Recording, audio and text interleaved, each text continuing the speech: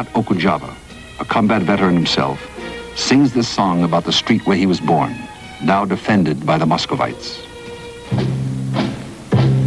Над нашими домами разносится набат, из темнения улицы одела.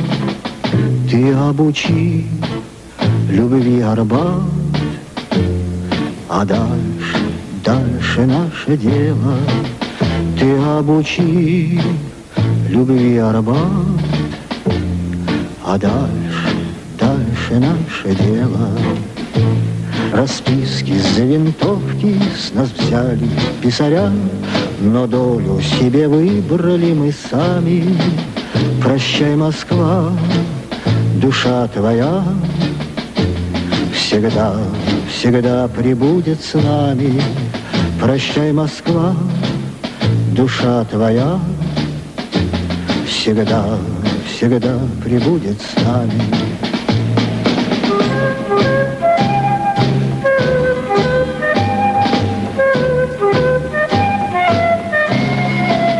Прощай, Москва, душа твоя всегда, всегда пребудет с нами.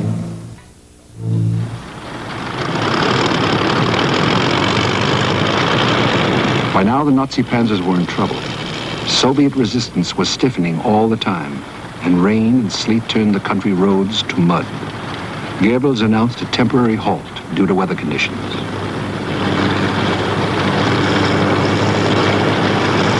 On October 20th, Guderian's panzers reached Tula, 100 miles south of Moscow, but could not take it. Tula defied Guderian. Its troops were reinforced with 4,000 men from the workers' battalions, and it fought on as the panzers bypassed it, racing for Moscow.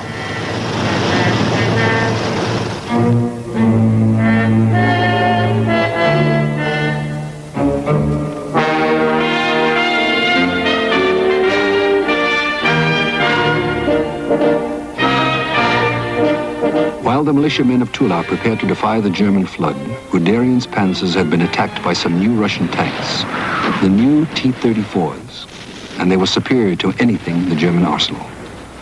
Up to this point, Guderian concluded early in October, we had enjoyed tank superiority, but from now on, the situation was reversed.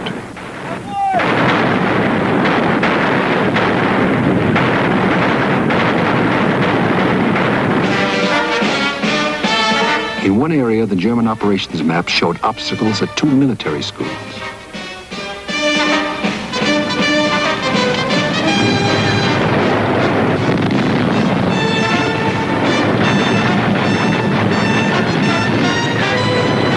Here, a handful of cadets, young boys, stood against the weight of the Wehrmacht, expecting only to delay the enemy for as long as they could. They succeeded, at the cost of their lives.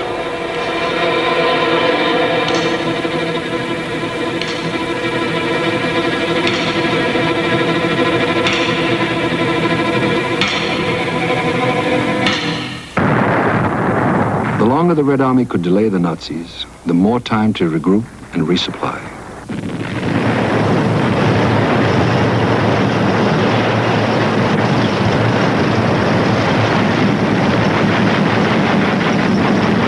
Soviet strategy was to blunt the panzer's strength from their fixed positions, build up overwhelming reserves, then counterattack. All along the front, Russian units spent themselves against the German army at every crossroad and every village.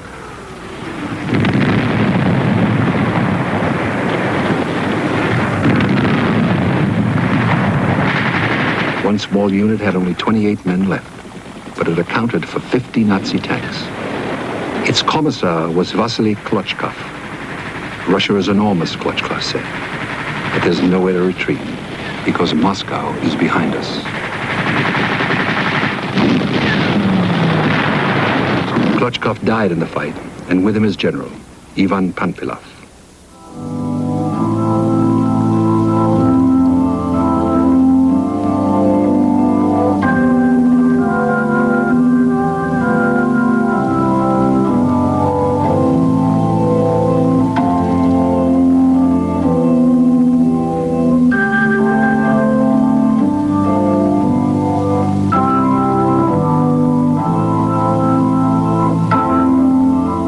whereupon tens of thousands of Russians died shielding Moscow.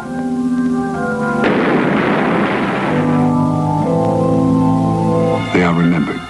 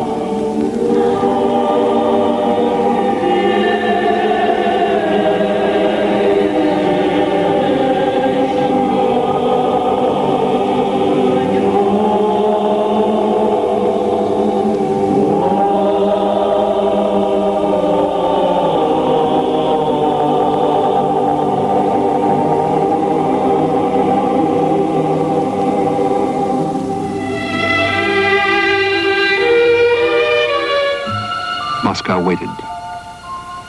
Hitler had promised Mussolini, the town will fall without the loss of a single man. Zhukov knew that the Nazis were readying themselves for a final lunge. The German orders for dealing with Moscow were already in print for use by the SS. First, seize the Moscow Communist Party Committee. Then the headquarters of the International Organization of Workers' Aid. Then the information services and the militia headquarters at 38 Petrovka Street. And then there would be a Nazi victory parade on November 7th in Red Square, by invitation only. In the middle of October, conditions had been such that Moscow might cease to be an effective seat of government. Stalin and the Politburo stayed to command the defense.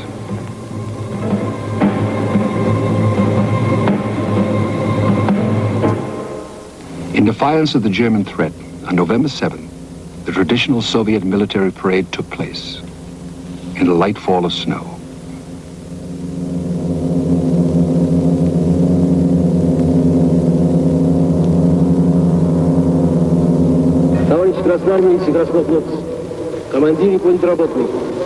Comrades, Red Army and Red Navy men, officers and political workers, men and women partisans. The whole world is looking upon you as the power capable of destroying the German robber hordes. The enslaved peoples of Europe are looking upon you as their liberators. Be worthy of this great mission. The war you are waging is a war of liberation, a just war.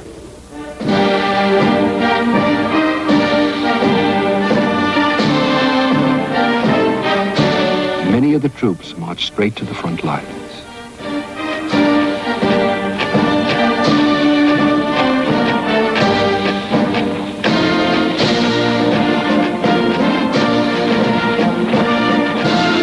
Zhukov recalled. Meanwhile, anti-tank defenses were being organized in depth, and tank-proof localities being built in threatened areas. Losses were being replaced, arms and ammunition supplied. From its reserves raised in the rear of the country, General Headquarters reinforced the front with infantry and tank units. From November 1st to November 15th, the Western Front was reinforced with 100,000 men, 300 tanks, and 2,000 pieces of artillery.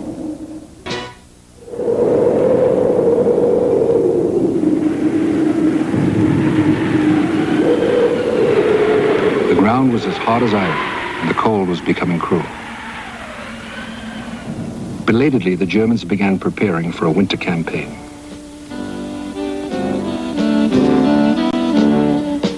Hitler arrived to inspect the arrangements. He had ordered a new offensive to begin on November 15th. He had 2 weeks before the worst of winter was expected.